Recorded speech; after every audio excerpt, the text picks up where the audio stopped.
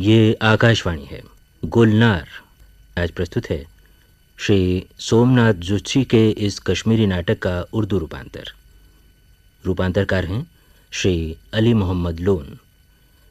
तो लीजिए सुनिए नाटक गुलनार।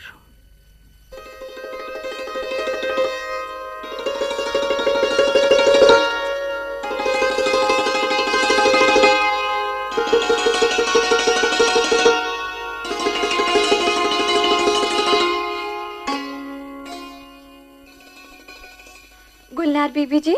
हाँ, खाना नहीं खाओगी? बहुत देर हो गई है। आज कितने दिनों से बीबी जी तुम? सुनी, बाहर कितनी सर्दी है। बीबी जी, कमरे के अंदर बैठा हुआ इंसान ही जब ठंडा हो, हंसी नहीं, चैन नहीं, बातचीत नहीं। हंसी और चैन, चहचहाने वाला तो छत से लटक रहा है, लेकिन ये भी मेरी बदकिस्मती से दम साधे बैठा है जैसे ऊँघ रहा हो।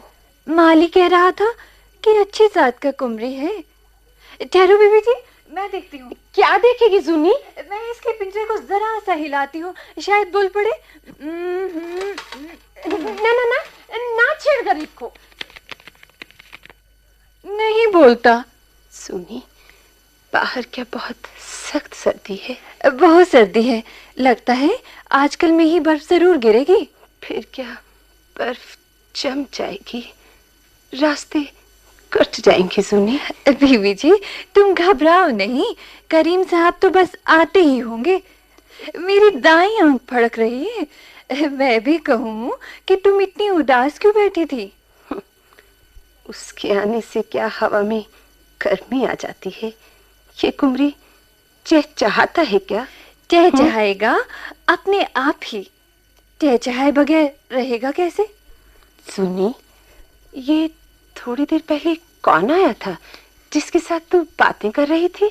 वो अली था, मेरा शौहर। क्या कह रहा था? क्या कहता, पगला है बेचारा। सेब की एक दो काशे और मुट्ठी भर अखरोट की गिरी लाया था मेरे लिए। लेकिन वो अंदर कैसे आ गया? आज के सारे दरवाजे खुले थे। नहीं बीबी जी, पर चौकीदार को उसकी खबर है। चौकीदार, गनी बावर्ची, सत्तार माली, नबी ड्राइवर और टॉमी। क्या कह रही हो बीबी जी? कुछ नहीं। अली आज मुझे घर आने के लिए कह रहा था। तू तो अभी 2 दिन पहले ही गई थी जूनी। जी जी। चल, तू भी घर जा, मैं भी यहाँ से जाऊंगी। क्या कह रही हो? मेरा तो यहाँ दम घुट रहा है, मैं अंदर ही अंदर घुट रही हूँ। मैं तो कह रही हूँ करीम साहब को बहुत जल्दी आना चाहिए। तुम क्यों सोच में डूबी रहती हो बीबी जी? कारोबार में तो ऐसा होता ही है, कभी यहाँ तो कभी वहाँ। महीना नहीं तो 2 महीने तो लगते ही हैं। उसके यहाँ आने से मेरे दर्द की दवा होती है क्या? बीबी जी, हमें यहाँ किस चीज की कमी है? वो कमी अगर दिखने वाली होती तो नजर आती और तूने भी देख ली होती। आज यहाँ से चली जाऊंगी। मैं अब यहाँ नहीं रह सकती। तुमसे पहले मैं ही चली जाऊंगी बीबी जी। सुनी, और यहाँ सुनी। अब उठो भी, गनी पुकार रहा है। खाना पड़े पड़े ठंडा हो जाएगा। जा कहते, मैं खाना बाद में खाऊंगी। हाँ, जाते हुए सत्तारजू को इधर भेज देना। अच्छा बीबी जी।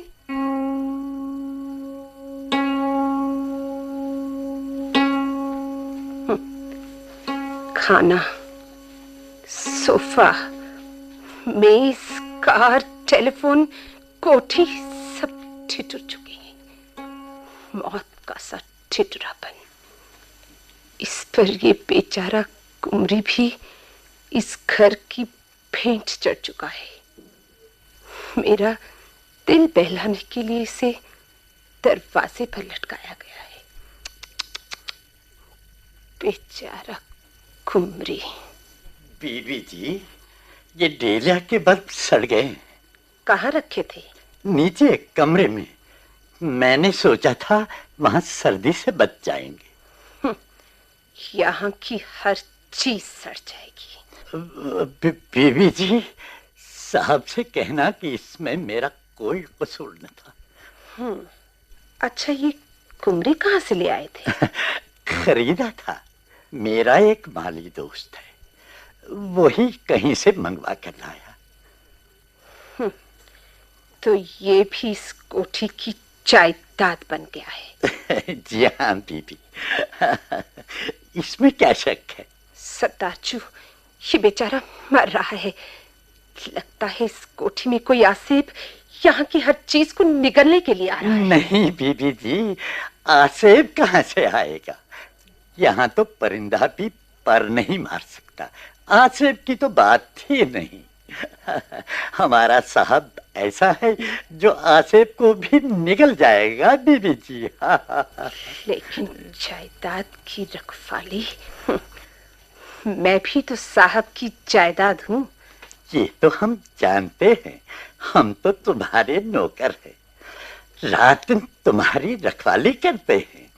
आज जमाना ही बदल गया, लोग एक दूसरे की जायदाद पर नजर रखते हैं। अच्छा, इस कुमरी को लेकर अपने पास रखो। क्या कह रही हो बीबी जी? मैंने तो इससे बड़े प्यार से इस कमरे में सजा रखा है। लेकिन ये तो बोलता ही नहीं है। अपने आप बोलेगा बीबी जी। हमारे घर में भी कुमरी था, जब तक जिंदा था बोलता रहा। हाँ, अगर इस वक्त ठूंगे मारेगा, रूठ जाएगा, अकड़ जाएगा, तब समझो बीबी जी बोलेगा। मैंने बहुत से परिंदे देखे हैं। बीबी जी, खाना ठंडा हो गया। भूख नहीं है, खाना ढक कर रख दो। भूख लगेगी तो खाऊंगी। लेकिन जो बीबी जी, मैंने कहा सो करो। खाना पीना उठना सोना। सताजू, हाँ बीबी जी। तुम इस कुमरी को यहाँ से ले जाओ। नहीं नहीं, ठहरो। अरे अरे, ये क्या करने लगी हो बीबी जी? पिंजरे को क्यों उतार रही हो? तुम दरवाजे और खिड़कियां खोल दो, मैं इस पिंजरे का पट खोल दूंगी। ये उठ जाएगा, अपने जंगल जाएगा, कूदेगा, फुदकेगा, गाएगा। नहीं नहीं, ऐसा नहीं हो सकता बीबी जी, ऐसा नहीं हो सकता। सरदारजू, जंगल की चिड़िया जंगल में ही भली लगती है। लेकिन बीबी जी, ऐसा करेगी तो मेरी मौत आएगी। साहब मुझे खत्म करके ही दम लेगा। तुम घबराओ नहीं। लो, खोल दिया पट। बीबी जी, चल चल, निकल बाहर, उड़ जा। नहीं, सुनो नहीं क्या? बीबी जी, ये नहीं उड़ेगा। मैंने इसके पंख कतर लिए। क्या? इसके भागने का डर था ना, इसीलिए।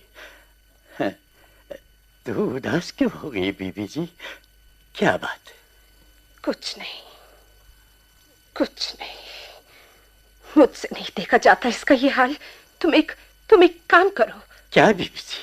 बाग में जो चिनार है ना, उसकी एक टहनी पर इसे लटका दो। दूसरे परिंदों को देखकर इसमें जरा जान आएगी।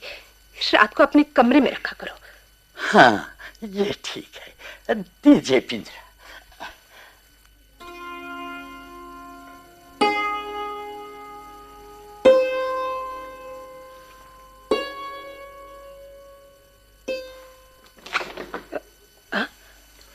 हेलो गुलनार। अफजल, तुम? हाँ, मैं ही हूँ, अफजल। अफजल, दरवाजा बंद कर दो पहले। मुझे माफ करना गुलनार, मुझे तो पता ही ना चला कि तुमने शादी कब की, क्योंकि तुम तो जानती ही हो पिछले 2 साल से मद्रास की एक फर्म में काम कर रहा हूँ मैं। अफजल, तुम कहाँ से अंदर आ गए? कहाँ से, क्या मतलब? फाटक से आया भाई, फाटक से। फाटक खुला था? नहीं। वहाँ कोई नहीं था? चौकीदार? नहीं। टॉमी कहाँ है? तुम्हें इधर आते किसी ने देखा तो नहीं? नीचे एक औरत थी। सुनी? उसी से तुम्हारे बारे में पूछा। सुनी ने इधर आने को कहा? वो कैसे? भाई, पहले तो वो कुछ हिचकिचाई सी, लेकिन फिर मुस्कुराते हुए तुम्हारे दरवाजे की तरफ इशारा किया। आहिस्ता बोलो अफसर। आखिर बात क्या है? यहाँ आसेब नाच रहे हैं। ताजुबे, तुमने इन्हें कैसे चकमा दिया? भाई कमाल है, मैं तो तुम्हें शादी की मुबारकबाद देने आया था, लेकिन तुम बड़ी अजीब सी बातें कर रही हो। अजीब बात नहीं अफसर, सच है ये तो। अच्छा, तुम्हारे हस्बैंड कहाँ हैं? पहले मैं उनको मुबारकबाद देकर आता हूँ। हालांकि बहुत लेट हो गया है, मगर मेरे पास तो तुम्हारा एड्रेस भी नहीं था। मैं क्या करता। मुबारकबाद की कोई वजह नहीं अफसर, दुनिया में ऐसी कितनी ही शादियां आए दिन होती रहती हैं। ओह, तो तुम मेरी इस कदर देर से मुबारकबाद देने पर मुझसे नाराज हो? नहीं, हरगिज नहीं। और फिर मेरे हस्बैंड भी यहाँ नहीं है। कहाँ है? बंबई, 2-2.5 महीने से वही है। ओह आई सी, तो तुम इसीलिए उदास हो। उदास कहाँ? मुझसे कह रही हो? 3 साल तक यूनिवर्सिटी में मेरी क्लास फेलो थी, जहां तहां बस तुम्हारा ही तो नाम था। तुम्हारी एक एक बात से महफिल केसर क्यारी बन जाती थी। क्या कह रहे हो अफजल? झूठ नहीं कह रहा हूं गुलनार। अच्छा, तुम्हारे हस्बैंड करते क्या हैं? बिजनेस। क्या बिजनेस? कौन जाने। अब भाई अजीब बात कर रही हो तुम तो। अभी मैं क्या जानूं। कहते हैं कश्मीरी गुड्स और हैंडीक्राफ्ट्स एक्सपोर्ट करते हैं। हाँ, ये जवाब हुआ ना। अच्छा, यूनिवर्सिटी से निकलते ही ये शादी अरेंज हुई थी क्या? ये ना तो अरेंज्ड मैरिज थी और ना ही लव मैरिज। हाँ, सिलेक्शन मेरा अपना था। वंडरफुल। गुलनार, गुलनार, तुम ये क्या कर रही हो? बात क्या है? Are you not happy? तुम खुश नहीं हो?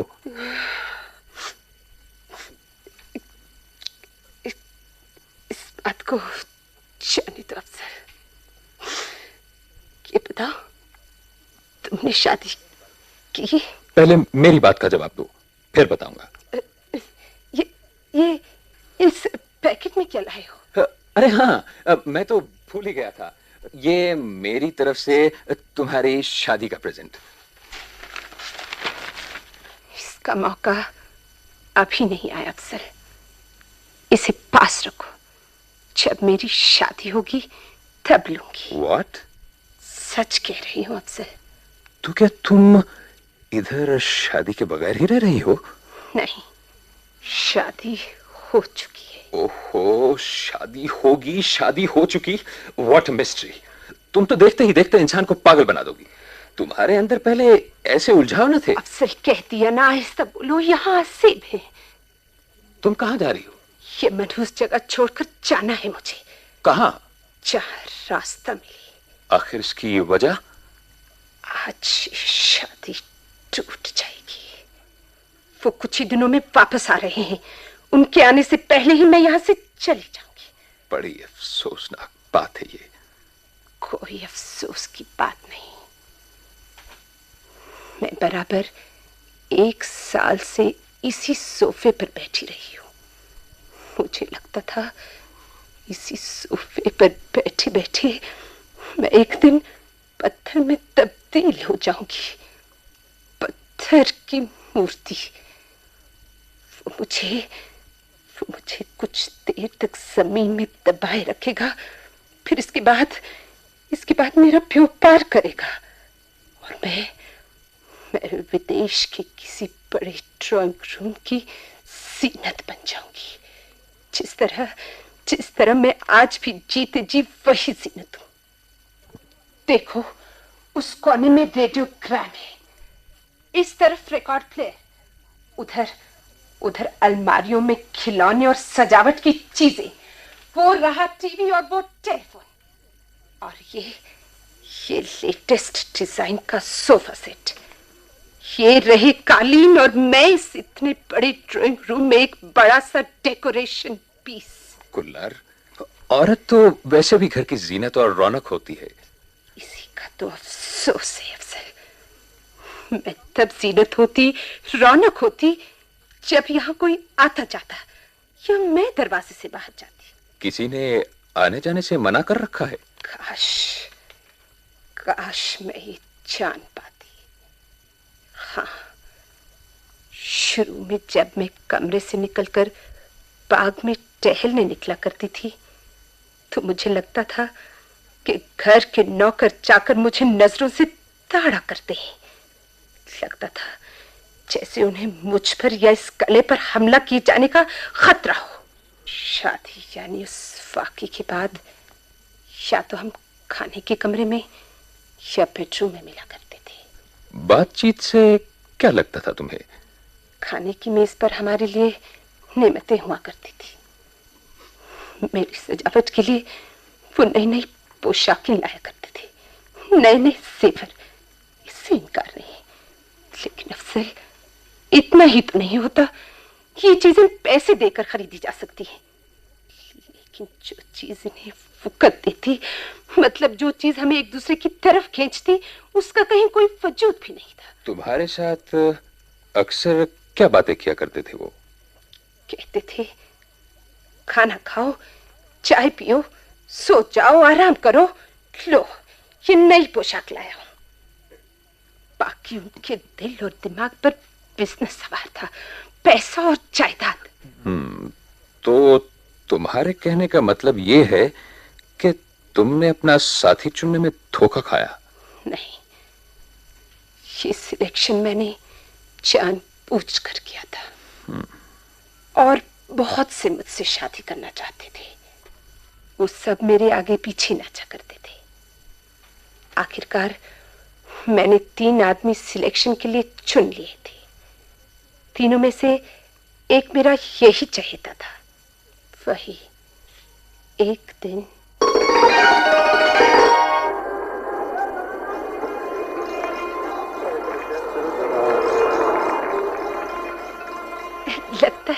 लगता है ये लोग भंवरों की तरह गुनगुना रहे हैं। हेलो गुल्लार। Oh hello. तुमने क्या सोचा है? हाँ मुश्ताक, तुम कह रहे थे कि कहीं काम कर रहे हो। कहाँ? मैं एक सरकारी दफ्तर में काम कर रहा हूँ, लेकिन मोहब्बत पर इसका क्या असर पड़ेगा? कुछ नहीं। गुलनार, मैं तुम्हें यकीन दिलाता हूँ कि ये मोहब्बत, ये सिलसिला बहुत कामयाब रहेगा। और बोलो, बोलते क्यों नहीं? गुलनार चिल्लाओ मत, सब सुन लेंगे। रिश्ता होने से पहले ही इससे नुकसान पहुंचेगा। वो देखो, उधर वो लोग हमें घूर घूर कर देख रहे हैं, जैसे खा जाएंगे हमें। अच्छा, थैंक यू। फिर क्या कहती हो? I am sorry. गुलनार। बंदा सलामत करता है। हुजूर, तुम कह रहे थे कि तुम्हें शायरी से दिलचस्पी है। तुम्हारा कहना ठीक है गुलनार। और किसी दूसरे काम काज की फिक्र करते हो? मतलब पेट पालने के लिए? खाली शायरी से इंसान जिंदा नहीं रह सकता। हाँ, अब से पहले हाथ में लिया था एक काम, मगर वो तो छलावा था, दिल की तसल्ली के लिए। खैर, मैं कहीं भी कोई भी काम कर सकता हूँ। हाँ, उसे बाज नहीं रहूंगा। सब लोग सुन रहे हैं। गुलनार, मैं किसी से नहीं डरता। हाँ, तुमसे कह दिया ना, मैं मोहब्बत की आग में जल रहा हूँ। अच्छा, मैं फायर ब्रिगेड को अभी टेलीफोन करूँ? वाह, क्या उम्दा मजाक पाया है। आज का दिन बहुत मुबारक है। चलो, चलकर कहीं चिनार की छांव में बैठें। Thank you. तो मेरी बात का क्या फैसला किया? आई एम सॉरी।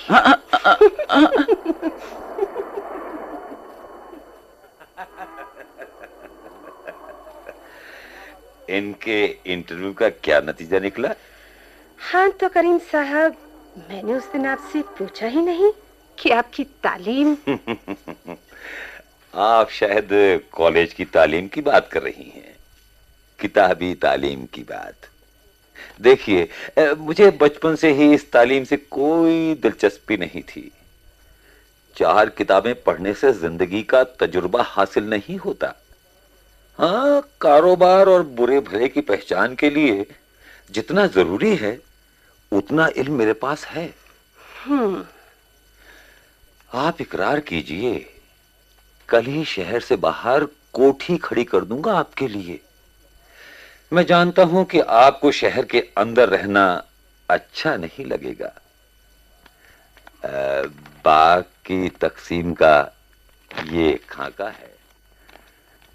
ये देखिए, यहां से ये है? क्या सोच रही हैं आप? उन दो को तो मैंने कोरा जवाब दिया। तो गोया मैं खुशकिस्मत हूं। लेकिन शहर से बाहर रहना शायद। शहर में लोग एक दूसरे की टोह में लगे रहते हैं। बहरहाल आप ये फैसला मुझ पर छोड़िए। तो फिर तय हुआ? खुदा को अगर यही मंजूर है तो मुझे क्यों ना होगा। शुक्रिया।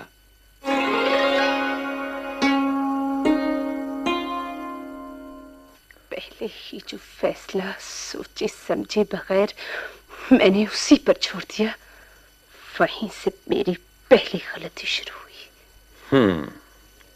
तो गोया दिनों में कोठी बनी और उसके गिर्द ये फसील खड़ी हो गई। नहीं, फसील तो बाद में खड़ी की गई। ये मेरी दूसरी गलती का नतीजा था। तुम्ही ने इतनी ऊंची दीवार खड़ी करने को कहा था? मैं कहती दीवार जरूरी थी क्योंकि कोठी के गिर्द सिर्फ कांटेदार तार लगी थी, लेकिन ये फसील। और फिर उस फसील के ऊपर इतनी ऊंची जाफरी? फसील से उसे इत्मीनान न हुआ, शायद दूसरों की नजर अंदर तक न पहुंचे, हमले का खतरा न रहे, इसीलिए। बिजनेस के अलावा और किस में दिलचस्पी है उसे? अब तक मैं क्या कहती रही हूँ? ये मौसीकी का सामान ये किस लिए है? महज जायदाद और कुछ नहीं। यहाँ आते ही एक दिन बरामदे में रिकॉर्ड प्लेयर निकलवाया था और सोचा था कि घंटा भर इसी के साथ गुजार देंगे और शायद इन्हें भी कुछ महसूस हो, दिल के किसी कोने में खुदकुदी हो। फिर रिकॉर्डर चलाने पर क्या कहा था उसने? वो टिकटिकी बांधे बाग के एक तरफ देखते रहे और फिर एकाएक फ्लाई किलर हाथ में लेकर भागे। मैं उनके पीछे भागी।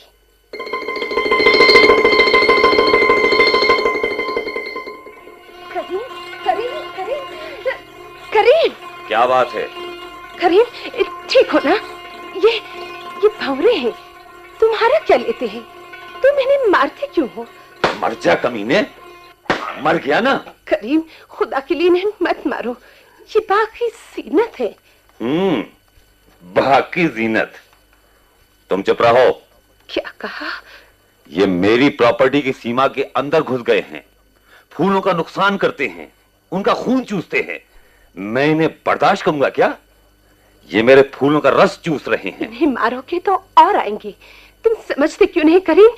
ये फूलों का रस चूसते हैं, इनसे प्यार करते हैं। यही तो नहीं होना चाहिए। तुम समझ नहीं सकोगी, ये बड़ी जालिम चीज है। मैं सत्तार माली से अभी कह दूंगा कि अगर फिर कभी मैंने बाग में एक भी भौरा देखा तो उसे खत्म कर दूंगा। तो तुम कुदरत के कानून से लड़ोगे? वो मुझ पर छोड़ दो, मैं जानू और मेरा काम। हाँ ठीक है, तुम ऊपर चली जाओ।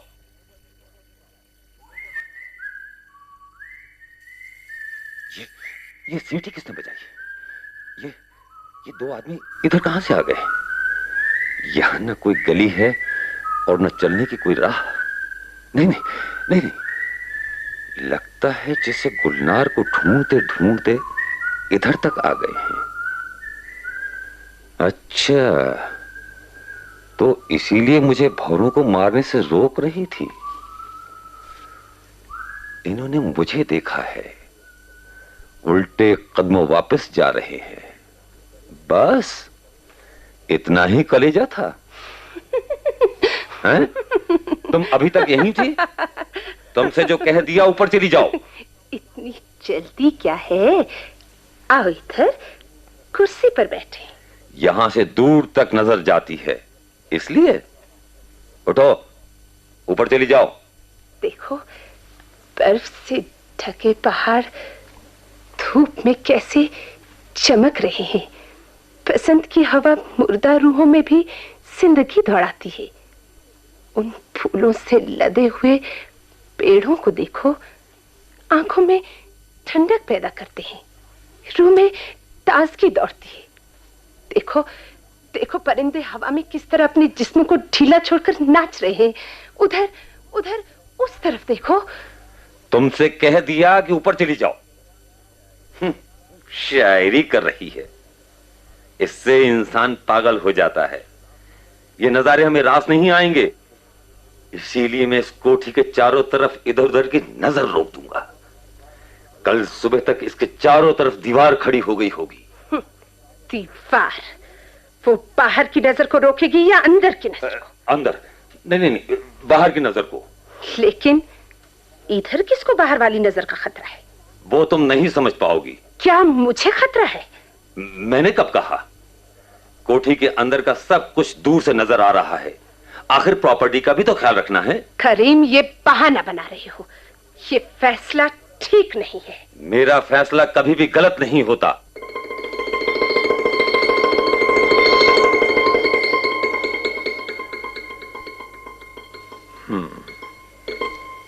यूं तो अपने लिए बड़ा समझदार नजर आता है, लेकिन तुम तो किसी काम की भी ना निकली।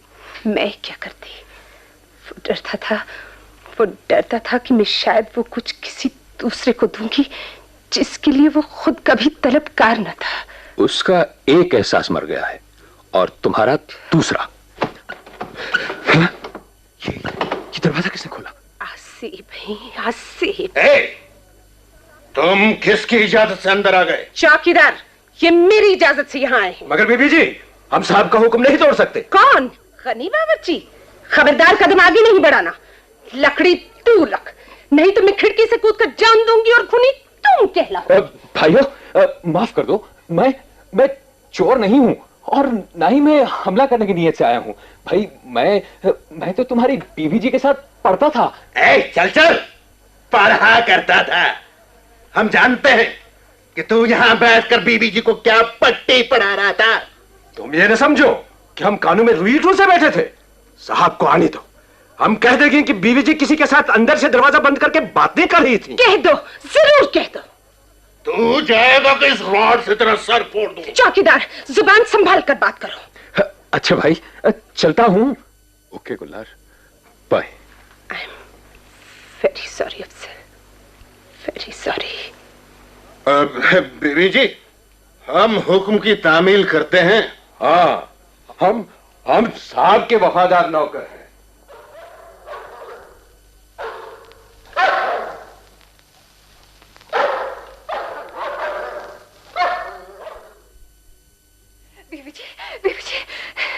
बीवी जी, टॉमी ने तो हमारे मेहमान को खा ही डाला था। क्या कह रही है? हाँ, वो तो इत्तेफाक से फाटक के पास था, नहीं तो जाने क्या कर बैठता कुत्ता। काटा तो नहीं? नहीं, लेकिन पतलून फाड़ दी थी। ये सब भेड़िए हैं यहाँ। चौकीदार और गनी बावर्ची ने जाने से पहले इधर कमरे में ही उस पर हमला कर दिया था। बीवी जी, ये क्या कह रही हो? सच कह रही हूँ सुनी। अब इस घर को छोड़े बिना कोई चारा नहीं रहा। खुदा के लिए ऐसी बातें मत करो बीबी जी। देखो खुदा क्या करता है। मैं यहाँ पागल हो जाऊंगी। मैं पागल हो रही हूँ। बीबी जी, टेलीफोन। उठाने वाले दूसरे कमरे से रिसीवर उठाएंगे, मेरे उठाने की नौबत कहाँ आई? देखा, मैं बाहर की दुनिया से किस तरह कटकर रह गई हूँ। देखो, उस कमरे से टेलीफोन उठाया कि नहीं? तुम अगर उठाती तो कितनी भोली है जुनी। ये तो ऊपर से ही हुक्म हुआ है। उन्होंने 2 बार बंबई से टेलीफोन किया। पहले इन आसिफों से बात की, उसके बाद मुझसे पूछा कैसी हो, जिंदा हो। ऐसा कैसे कहते साहब? जो भी कहा उसका मतलब यही था। सुनी, मैं अफजल साहब को देखने जाऊंगी, लेकिन कौन सा मुंह लेकर जाऊं? लेकिन जाओगी कैसे? यहाँ से निकलोगी कैसे? तुम माली और चौकीदार को किचन में ले जाओ।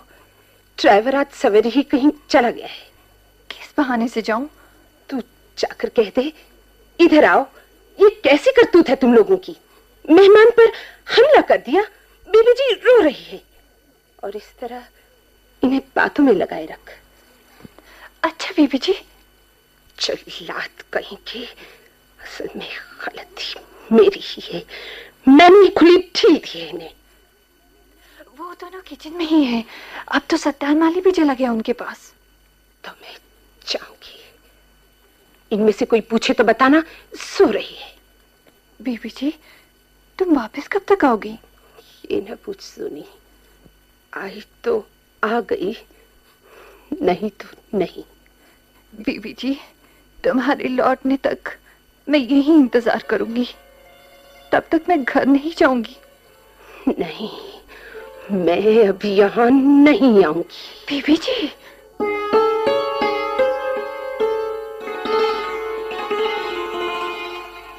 सरदार काका, बेबी जी कमरे में नहीं है। ठहरो, मैं बाथरूम में दिखाती हूँ। कहीं चली तो नहीं गई, और हमें कानो कान खबर तक न होने दी। हाथ मलते रह जाएंगे। मैं तो गेट पर ही था, उधर से नहीं गई। मैं तो किचन में होता हूँ, मुझे क्या खबर रहती है इन बातों की? सरदार काका, बेचारी किसी कोने में छुपी होगी। सत्तार काका, सत्तार काका, सत्तार काका मारे गए। मालकिन किसी भी कमरे में नहीं है। लगता है सुरंग खोद कर निकल गई होगी। अरे क्या बक रहा है बेवकूफ? जेल जाने की तैयारी कर। अरे बकवास बंद कर, मैं तेरी गर्दन मरोड़ दूंगा। मुझ पर तोहमत लगा रहा है। चौकीदार के बच्चे, सर फोड़ दूंगा तेरा। रानी, गनी लेकर छोड़ दे। जरा सब लोग सोचो, हम सब मारे गए। सो तो है सत्तारजू, बला सिर पर आ गई। पर वो निकली कहां से?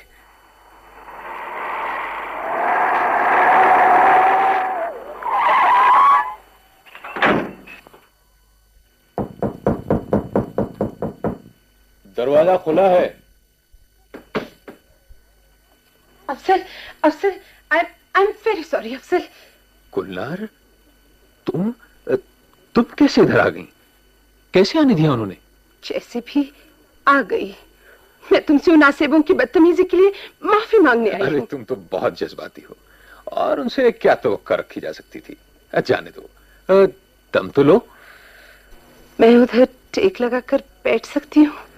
गुलनार, अब तक तो मुझे शक था, लेकिन अब यकीन हुआ है कि तुमने मैंने क्या? अपनी शख्सियत गवा दी है। मेरी कोई शख्सियत थी क्या? देखो, उसे वापस हासिल करने का अब भी मौका है। वो कैसे? अच्छा, पहले ये बताओ, टॉमी ने तुम्हें काटा तो नहीं? नहीं, बच गया। लेकिन तुम परेशान क्यों हो रही हो? मेरी वजह से तुम्हें बहुत तकलीफ हुई। कोई दूसरी बात करो। अब मैं वहां वापस नहीं जाऊंगी। फिर क्या करोगी? ये मुझे नहीं मालूम। इंसान का किरदार मतलब शख्सियत धीरे धीरे उभरती है। तुम्हारी शख्सियत करीब करीब अपनी तकमील को पहुंची थी, लेकिन लगता है कि तुम ऊपर से लुढ़क कर नीचे जा गिरी हो।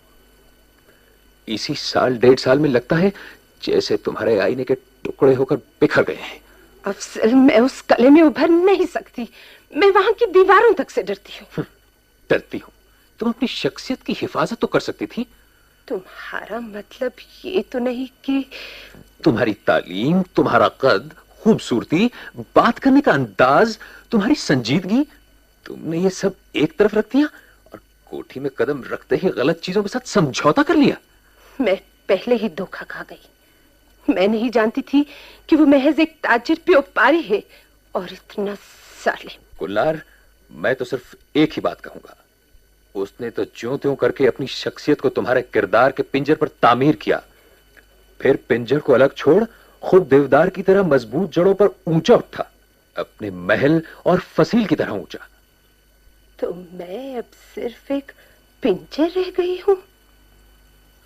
हाँ, मुझे भी यही महसूस हो रहा है। इसीलिए तो मैं वहां नहीं जाना चाहती, इसीलिए मैं वहां से भाग आई। गलत किया तुमने।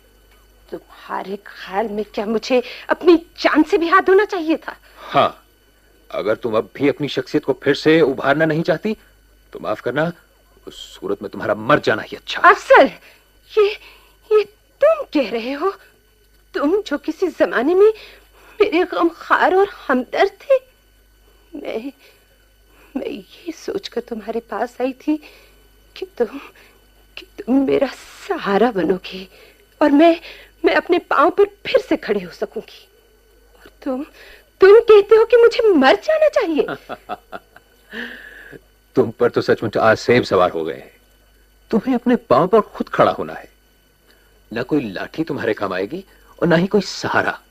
अगर ऐसी बात होती तो यकीन करो, मैं तुम्हारे लिए सब कुछ करता। जितनी हमदर्दी मेरे दिल में पहले थी, उतनी ही अब भी है। उस पर शक न करो। मैंने इसलिए उससे शादी की थी ताकि मेरी शख्सियत बरकरार रहे। क्योंकि उसे कपड़े पहनने का सलीका नहीं था, यही ना? नहीं, वो बात नहीं। क्योंकि वो तालीम याफ्ता नहीं था, यही ना? चुप क्यों हो गई?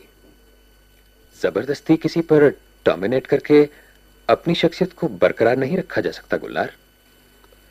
कमल अपने आप को उभारने के लिए कीचड़ से लड़ता नहीं, लेकिन कीचड़ फिर भी कीचड़ ही रहता है और कमल अपनी बाहर दिखाता है।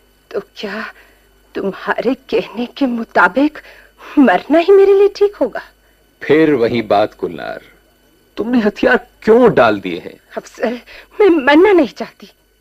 मैं अपनी जिंदगी को बर्बाद होते नहीं देखना चाहती। यही तो मैं भी कह रहा था। ये लो शॉल, वहीं भुलाए थे। तुम्हें सर्दी लग रही है शायद। ये शॉल तुम्हारे लिए ही था। लो, इसे ओढ़ लो और ये लो, कांगड़ी भी ले लो। अफसर, आज मौका है। तुम अपने हाथों से ये शॉल मुझे ओढ़ा दो। मुझे इसमें कोई हर्ज नहीं लगता। मेरी शादी आज है। आज मैं तुम्हारा तोहफा कबूल करती हूँ। गुलनार, हैरान क्यों हो गए? गुलनार, तुम मतलब? मैं तुम्हारे पास पनाह लेने आई हूँ। मुझे अपना लो। गुलनार, तुम चल फिर कर वहीं जा पहुंची। लगता है तुम्हारे पिंजर में जान नहीं पड़ेगी। तुम्हारा किरदार और भी टुकड़े टुकड़े हो जाएगा। मेरे सामने तुम्हारा यूं हथियार डालना इसका सबसे बड़ा सबूत है। और मैं नहीं चाहता कि तुम मर जाओ। मैं सब कुछ छोड़ छाड़ कर आई हूँ। गुलनार, मैं तुम्हारे दर्द में शरीक हूं, तुमसे हमदर्दी रखता हूं। देखो, लेकिन मैं नहीं चाहता कि तुम्हारे पिंजर पर अपना महल तामीर करूं। अफसल, मुझे बहुत अफसोस है गुलनार, मैं ये नहीं चाहता। तुम वापस चली जाओ, उसी में मेरी खुशी है। तो तुम मेरे साथ शादी नहीं करोगे? अपना शॉल वापस लो। कितनी बड़ी बदकिस्मती है ये। हाँ, तुम्हें तो बदकिस्मती ही महसूस होगी। मेरा मनहूस शायद सामने जो नजर आ रहा है। कहां जा रही हो गुलनार? जहां भी जाऊं, अब तुम्हें इससे कोई वास्ता नहीं। गुलनार, सुनो तो। गुलनार,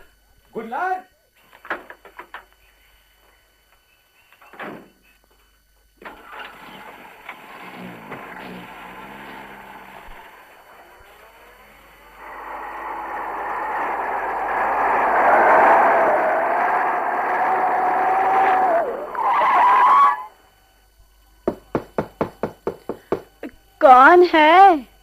अंदर आ जाओ।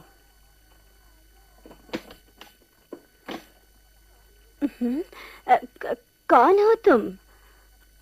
बैठो। मेरा नाम गुलनार है। आप मुश्ताक साहब की मदर है ना? हाँ। और तुम? मुश्ताक साहब, मतलब वो ठीक है ना? तो वो यहाँ नहीं है। हाँ? बहुत दिनों से उन्हें देखा नहीं था, इसीलिए आई थी। उनसे क्या काम है? मतलब ये कि वो चाहते थे वो मेरी बहन के साथ शादी करना चाहते थे। हाँ?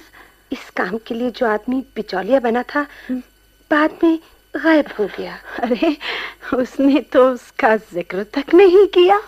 बिचौलिया कह रहा था कि मुश्ताक साहब कुछ शर्मीले हैं और कुछ डरपोक हैं। सुनो बेटी, मुश्ताक ऐसा लड़का नहीं है जो माँ को अलग करके कोई काम करे। सो तो ठीक है। ये मोहब्बत क्या चीज है उसे इसकी खबर तक न थी। हो सकता है वो किसी की तरफ देखकर मुस्कुराया हो। बचपना। मुश्ताक साहब है कहाँ? वो लद्दाख में ड्यूटी पर है। हाँ? 6 महीने हो गए उसे। शादी के बाद मैंने उससे कहा कि लद्दाख जाना है तो अपनी बीवी को साथ लेकर जाओ। तो उसने शादी कर ली? अरे वो क्या करता, यूं कहो मैंने एक रिश्तेदार लड़की से उसकी शादी कर दी। अरे तुम किस सोच में पड़ गई? कुछ नहीं। तुम्हारी बहन की भी कहीं न कहीं शादी हो जाएगी। मेरी बहन? नहीं नहीं नहीं, तो क्या मैं शादी के बगैर रहूंगी? क्या तुम? माँ का लाडला जेब में दूध की बोतल लेकर मोहब्बत करने निकला था।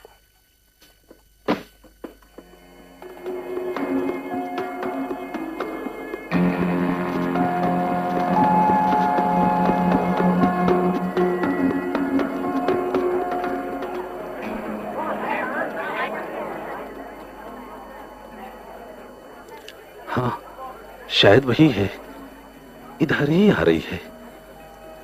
जिंदगी का सफर कितना मुश्किल है। मेरी तो बीच राह में ही शाम हो गई। मुसव्विर। गुलनार, तुम? क्या तुम तब से मेरा इंतजार कर रहे हो? अक्सर यहाँ आ जाता हूँ। इस जगह से तो रिश्ता हो गया है, नहीं तो अगर देखा जाए मैं तो पंखुड़ी पंखुड़ी बिखरा हुआ फूल हूँ। गुलाब चटकने से पहले ही तोड़ा किसी ने। क्या अधखिले अरमानों का यही अंजाम है? ये तुम क्या कह रहे हो मुसव्विर? तो फिर क्या करूं? जब से तुमने मुंह मोड़ लिया मैं तो हड्डियों का पिंजर बन गया हूँ। पिंजर? नहीं नहीं, तुम पूरे के पूरे वही मुसव्विर हो। अफसल पक रहा है। मैं तो तुम्हारी खुशी के लिए हर वक्त दुआएं मांगता रहता हूँ। पेट पालने का कोई सिलसिला किया था क्या? पेट अपने आप पलेगा जब तक सांस चलती है। फिर भी नौकरी की तलाश की थी। आखिर में एक महाजन के पास गया। वो बोला, ये ठीक है कि तुम शायर हो, लेकिन हमें ऐसा आदमी चाहिए जो हिसाब किताब जानता हो। तुम कोई दूसरा काम कर लो, मैं इसका इंतजाम कर लूंगी। क्या तुम्हारे दिल के किसी कोने में अभी मेरे लिए जरा सी जगह है? एक कोने में ही नहीं, सारे दिल में। तो मैं कामयाब हूँ। मेरी मोहब्बत सच्ची थी। मेरे साथ शादी करोगे? तुम्हारी शादी तो शायद हो गई थी, या फिर मुझे ही गलतफहमी हो रही है? उस बात को जाने दो। बोलो, करोगे मेरे साथ शादी?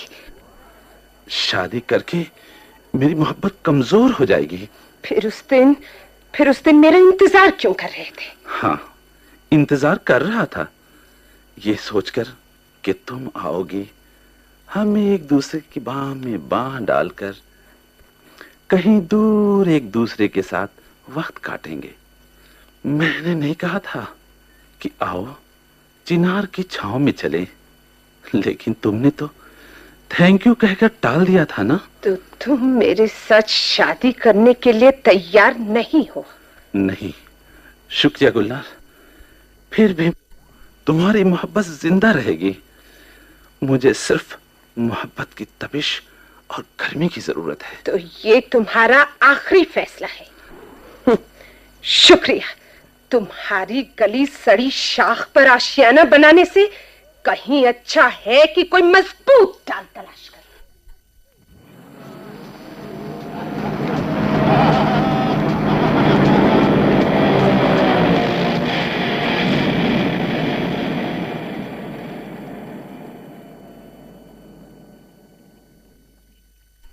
सब निकम्मे हैं, जहन्नुमी हैं। मुझे खुदकुशी करने पर आमादा कर दिया। जी चाहता है कि एक एक का गला घोंट दूं। उस आसेब को मारना आसान है, लेकिन ये आसेब तो गोलियों से भी नहीं मरेंगे। हम दर्दी जता रहे थे, सब झूठ। मगर खुदकुशी नहीं, मैं वापस अपनी कोठी पर जाऊंगी। हाँ, कफस के अंदर आने वाले आसेबों को मार डालूंगी। अगर उन्होंने मेरा हुक्म माना तो मुमकिन है कि मैं करीम से बदला ले लूं। डेविल, मैं उसे पांव तले रोंद डालूंगी। मैं वापस जाऊंगी। हाँ, वहीं जाऊंगी। मैं खुदकुशी नहीं करूंगी। मैं नहीं मरूंगी।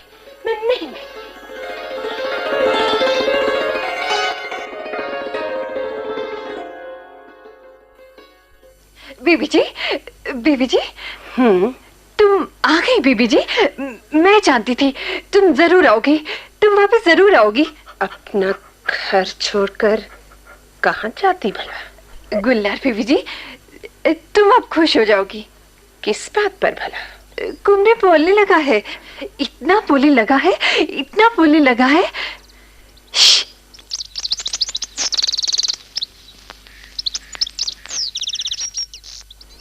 मैं जानती थी कि ये बोलेगा। आसेब खत्म हो जाएंगे। साहब कब आएंगे? कुछ पता चला? वो आए ना आए मुझसे मतलब? ये कैसी पोटली हाथ में लिए खड़ी हो? बीबी जी, मैं तुम्हारा ही इंतजार कर रही थी अब तक। सोचा था अगर तुम वापस ना आई तो मैं भी चली जाऊंगी, इसीलिए ये पोटली बांध ली थी। चल ऊपर के कमरे में चल। आज तू घर नहीं जाएगी। अभी परसों ही तो गई थी। तेरे जाने से मैं यहाँ अकेली रह जाऊंगी। उनसे कह दूंगी मैं तुम आ गई हो बीबी जी। ये लोग तो आपस में सिर फूटी कर रहे थे तुम्हारे जाने पर। चाह सबको मेरे कमरे में भेज दे।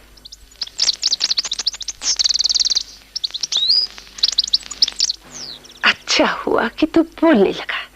अब छोड़ूंगी नहीं तुझे। अब तेरा भागना मुश्किल है, क्योंकि मैं जिंदा रहना चाहती हूँ। इन सब की साथ एक सी है। मैं ही इन्हें पहचान न सकी थी। सबके मुंह पर रंग चढ़ा है, बहरूपी है। मैं अब नहीं मरूंगी। अब यहाँ मेरा हुक्म चलेगा। पिंजर में नई जान आएगी। बीबी जी ये देखो, सब आ गए। ये ड्राइवर भी आ गया। हमें माफ करना बीबी जी, गनी और चौकीदार दोनों पछता रहे। बैठो। पहले तुमसे ये कहूंगी कि इस घर की मालकिन मैं हूं। इस घर का बुरा भला मुझे देखना है। करीम साहब आज यहाँ है तो कल कहीं और। बिल्कुल सच है बीबी जी। क्यों भाई, मैं क्या कह रहा था तुमसे? मैं ही गुनहगार हूँ। अपने हाथों मुझे सजा दो बीबी जी। और अगर वो बेगुनाह मेहमान, अगर उसे कुछ हो जाता तो? मैं माफी चाहता हूँ बीबी जी, मुझे बख्श दो। उसे अंदर ही क्यों जाने दिया था, जबकि तुम्हारे लिए यही हुक्म था? और जब वो मेरे कमरे में आ गया, उसके बाद तुम्हें उस पर हमला नहीं करना चाहिए था। जवाब दो। अगर वो मर जाता, बेचारा मेरी शादी की खबर सुनकर मद्रास से मेरे लिए तोहफा लेकर आया था। वो चोर नहीं था, लुटेरा नहीं था जो मुझे उठाकर ले जाता। अल्लाह गुनाह बख्श दे। भी कुछ नहीं बिगड़ा। अब भी वक्त है, अपने दिलों को टटोलो। यहाँ मेरा हुक्म चलेगा। बोलो, तुम्हें मंजूर है? मेरा सर तुम्हारे कदमों पर निसार होगा बीबी जी। तुम्हारी जूती सर पर लेने को तैयार हैं बीबी जी। सत्तारजू, तुम जो भंवरों और तितलियों को मारा करते थे, उस चीज से यहाँ का माहौल गंदा हो गया है। तुमने बहुत गुनाह किए। कान पकड़ता हूँ बीबी जी, मैं तो खुद जानता हूँ कि वो सब बाग की रौनक है। आज तक मेरे हाथों किसी को कोई तकलीफ उठानी पड़ी है? मैं चोरी छिपे तुम्हें रुपए पैसे नहीं दिया करती थी। इससे कौन इनकार करेगा? तुम्हारी तनख्वाह आज से उसमें 20 रुपए बढ़ाती हूँ। वाह, कैसी दिलवाली मालकिन है। ऐ खुदा, इस घर का भला कर, घर वालों का भला कर। मैंने कहता था बीबी जी कि अच्छी जात का है ये कुबरी। क्या रे मेरे लाल, अब कहीं आंसू न बहाना। ये अब हमेशा चेकेगा। अब इसका मुंह कोई बंद नहीं करेगा। जो ही इसने बोलना शुरू किया, मैं फौरन ही इसे यहाँ ले आया कमरे में। ओफो, यहाँ तो दम घुट रहा है। बाहर फसील है। ये सब मनहूस है। सारी खिड़कियां खोल दो। उठो घनी, खिड़कियां खोलो। यहाँ की ये उदासी मुझे बिल्कुल अच्छी नहीं लगती। इस मकान को मुस्कुराना चाहिए। कनी, जरा ये रिकॉर्ड प्लेयर ऑन कर दो। आवाज जरा धीमी रखना।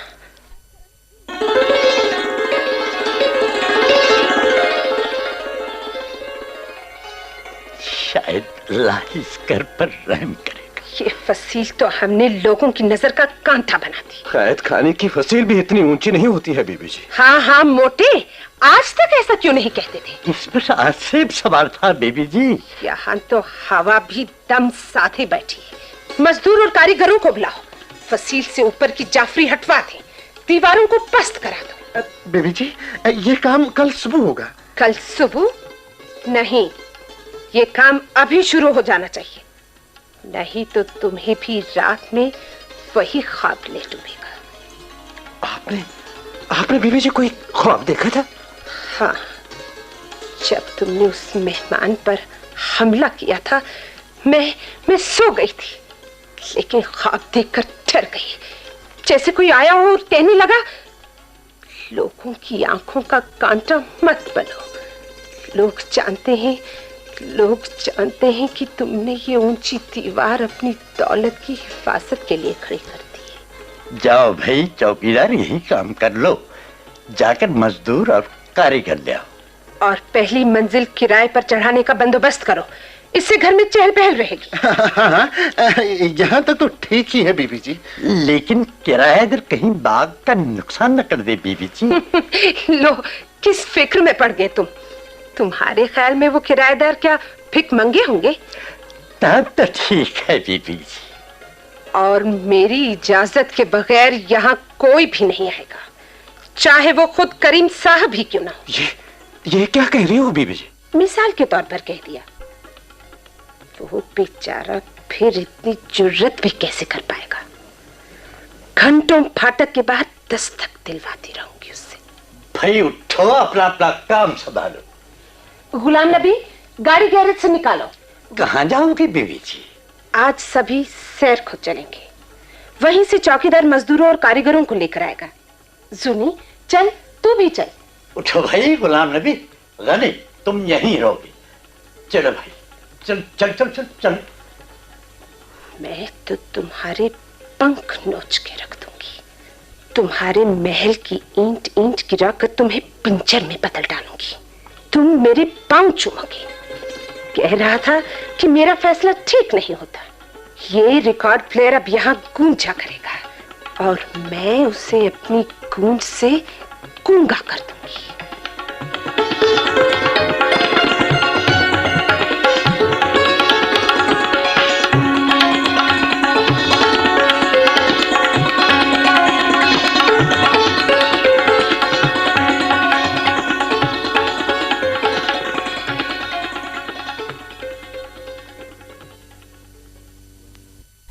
गुलनार। अभी आपने श्री सोमनाथ जोशी के इस कश्मीरी नाटक का उर्दू रूपांतर सुना। रूपांतरकार थे श्री अली मोहम्मद लोन।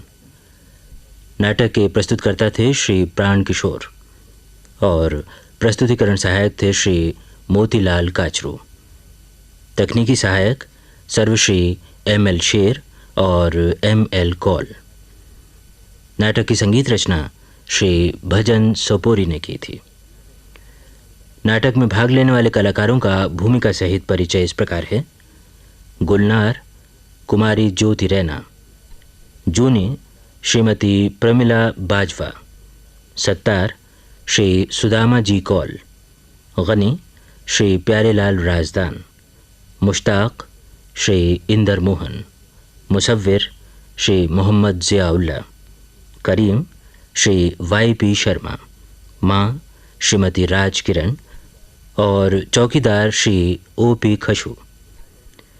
ये नाटक रेडियो कश्मीर के श्रीनगर केंद्र पर तैयार किया गया था।